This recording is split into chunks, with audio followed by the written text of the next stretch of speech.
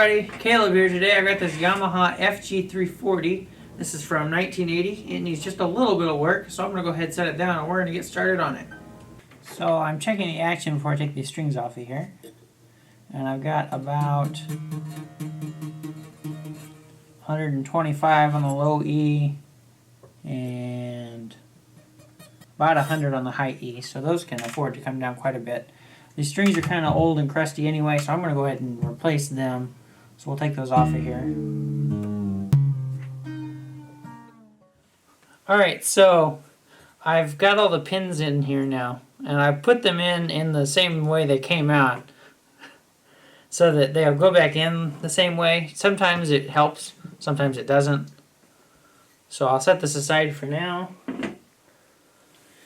I am fairly certain there's some underbow in this neck. I want to straighten that out before I attack the frets. And what I do know is there's a high fret in here, and that's one of the reasons the neck has been bowed so much, is to make it playable. Anyways, first thing I need to do is get this truss rod cover off, so I'm going to go ahead and do that real quick.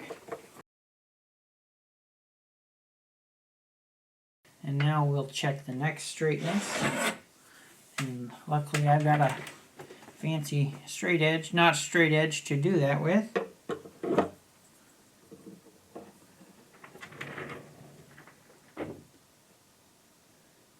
Yeah, it's got some underbow to it. So I'll get a wrench to tighten this and we'll pull that underbow out. So I'm having trouble finding my regular wrench set, but I've got the right size wrench in this multi-tool. I'm going to just slightly pull on this. I don't want to do too much at once, and you really don't want to over tighten these. Basically, if you can't do it by hand, you're getting too tight. So I'll check this again. And what I'm looking to do is get basically no gap under the center of this straight edge. And right now I've still got a gap between the straight edge and the fretboard, so I'll tighten it just a hair more. We'll check it again. Getting really close. So I'll pull it up just one more smidge. That's gonna be perfect. Yep. So there's no gap between the straight edge and the fretboard itself, so I know that the fretboard is flat. So I'm going to set this back aside. We're done adjusting the truss rod. I'll go ahead and put the cover back on so that I won't lose it or the screws. And we can work on the frets after that. So now I'm taking my 6-inch fret file and I'm just running it. And this is a really light, I'm not pushing hard at all. I'm just trying to catch high frets.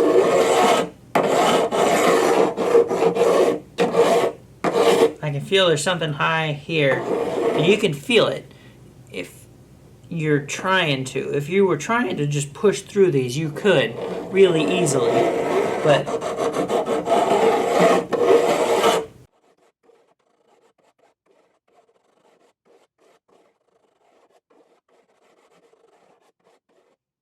I'm checking to make sure these aren't overhanging. I don't think they are. But they are a little sharp on the ends, and we'll handle that when I come back to crown them.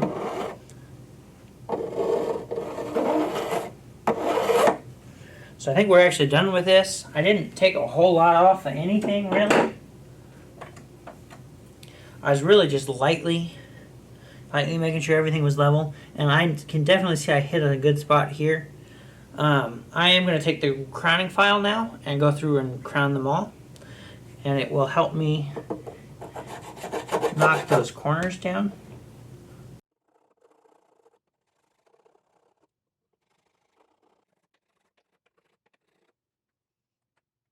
Something that also tends to help with these the fret ends is to take a little file and actually round the corners off. This file I have here is the Stuart McDonald file. The bottom is rounded over and is a safe edge, so it's not going to cut into the fretboard or the binding. The file is actually only on the sides, so you can round these frets over a little bit better. I'm just going to do this just to make sure this is in really good shape feels really good to play. The crowning file gets most of it, but this really just finishes them off.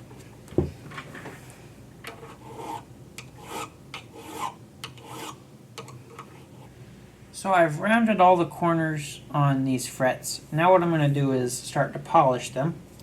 I have got some different grits of sandpaper sitting here. I'm going to start with that. This board is pretty clean, so I'm going to try and protect the board.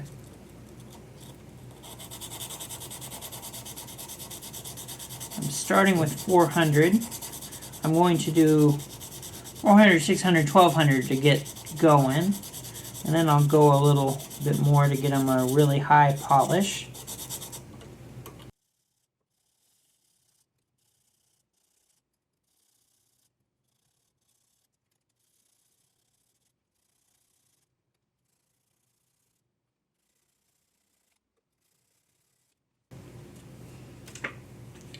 Now I'm going to go through with the 600, and this is where it really starts to polish them up.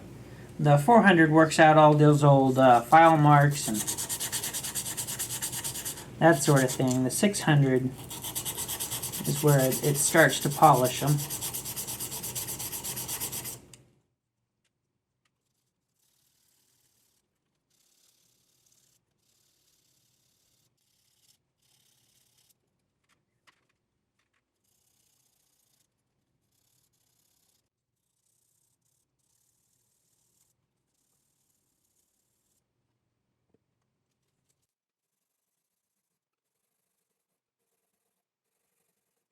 Alright, so after 1200, they start to get real shiny. They're starting to really reflect the light. What I'm going to do next is start working with these micro meshes. Now, and they have grits, but they don't exactly line up with the sandpaper, I don't think. So I'm going to get these sorted, and I'll work my way up on these. These really take it to a mirror finish without any liquid polish, and I really like these. I tend to be pretty happy with them, so I'm going to get them sorted out, and then I'll do the frets with those next. So I'm starting with the roughest one, and it's not really rough by any means.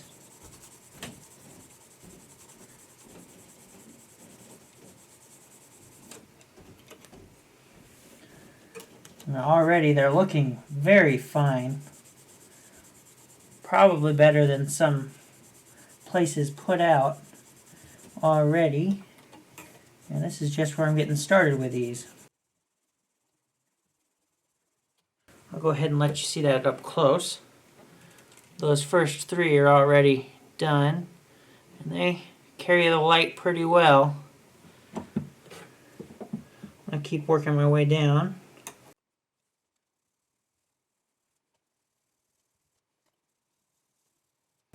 So I'm just finishing up with the highest grit. I get these from the craft store, and they say 3600 through 12,000, although I don't think that exactly means anything compared to other sandpaper. I'm pretty sure that this is their own proprietary grit number, but when you take them all the way up, they come out with a mirror finish. They're really smooth. You can really feel it when you're playing, and if you're bending any strings across there, they feel really good. And now that I've got those frets done, I think this feels really good. I'm still going to oil this fretboard, which I will do next. I'm going to go get the oil and a cloth, and we'll work on that. So what I like to use for fretboard oil is this Be Good wood oil. This comes from Green River Woods. This stuff is really nice. It's food safe, so you don't have to worry about putting weird chemicals on here. It's made from beeswax, and I think it makes the fretboards really slick. Because it's food safe, I tend to put it on my fingers and then rub it on, because I'm not, worried about whatever weird chemicals can be in the oil.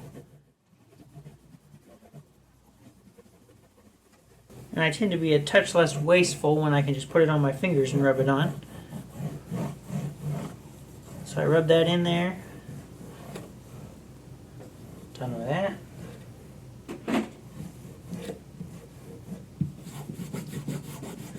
I'm rubbing the bridge down too, slightly off camera. Then what you should do is you just take a clean cloth and wipe off the excess. And there is a brand new looking fingerboard. All them frets are nice and shiny. Even the fretboard has a little bit of shine to it. That wax makes it nice and slick. It's feeling really good. I believe I can start working on putting strings on here now. So I will go ahead and get some strings out and we will start stringing this thing back up. I am making sure these pins have a good bevel on them before I put them in there. The bevel on the pin really helps hold the ball end where it should be. I've just taken a file and the pin itself and just working that bevel on there. Sometimes the ball end of strings will get stuck on this end and try to pull the pin back out. It doesn't take too long to just put this little bevel on there. I think you can see it there, and that helps push those ball ends right where they need to be. So I'm going through and making sure these are all good. So this thing is actually pretty clean, so I'm not too worried about cleaning, rebuffing or polishing it. And that's not really what I'm called to do on this. So I'm going to go ahead and start working on stringing this thing back up now. I've got some D'Addario phosphor bronze strings. These are the coated ones, but these are the only light gauge strings I could find today. So that's what's going on.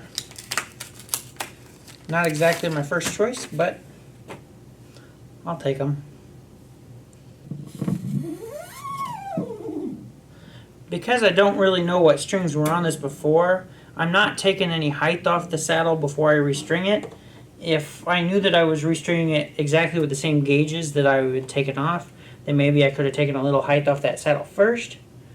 But it's safer for me to just put the new strings on it and then measure the height again, take off what I need.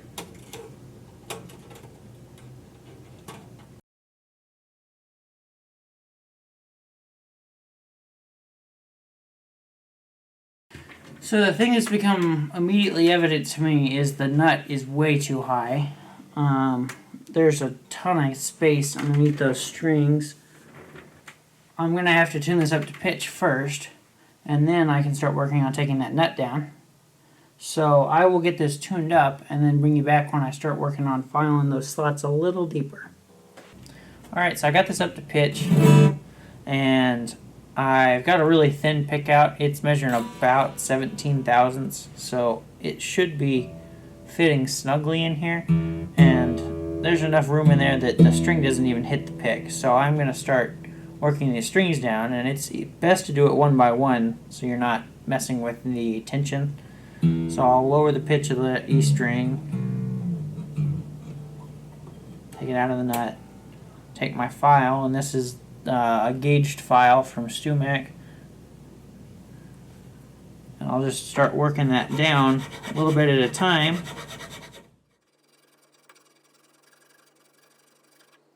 I'll put it back in, tune it back up, and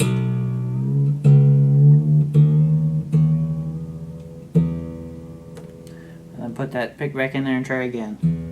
I still got a ways to go, and this is going to take me some time, so I'll do most of this off camera and bring you back and show you what it looks like correct.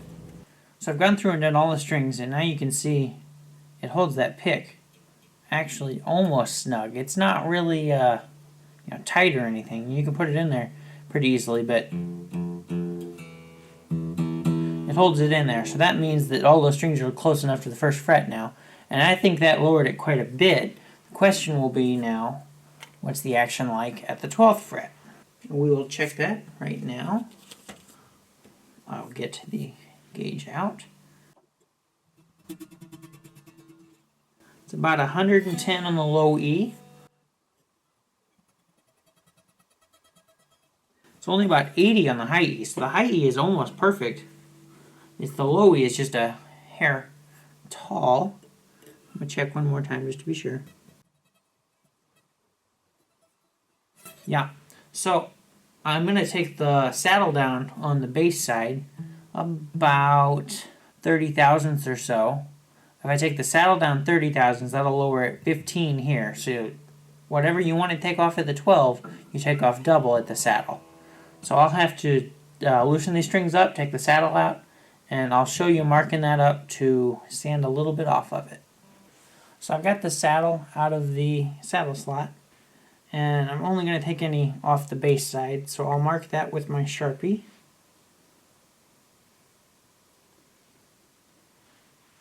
Just like that. You can see it's got that black mark on there. Then what I'll do is I'll take my calipers, and I've already got them set to 30 thousandths. That's how much I want to take off. And I'll just scratch that line on there. And there you can see it's got that white line. I'll take this over to the sander, sand up to that, and basically make it from here down to where it is on the other side. And that should be perfect. So we'll go over to the sander and knock that off. So I just got finished tuning this back up. We'll check the height now. It's sitting just under 90. And I'll just double check on this side. It's sitting at just about 80, which is perfectly fine by me. I think it's looking really good. I'm going to do one quick look over and then I will play it, and this thing should be good to go.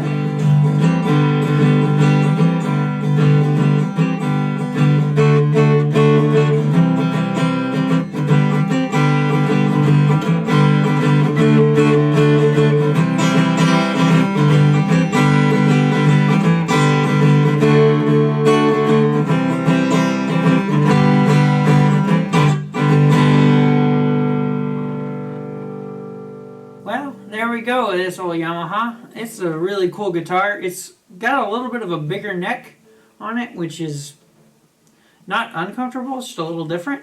I actually really like this thing. It sounds really good. It plays really, really good now.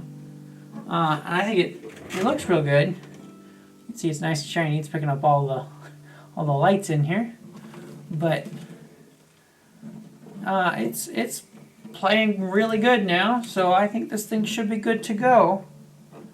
Hope you enjoyed this setup on this old Yamaha guitar. I thought I'd start off with something a little bit easier, and I think this lived up to that. We got it playing real nice. Thanks for watching. See you later.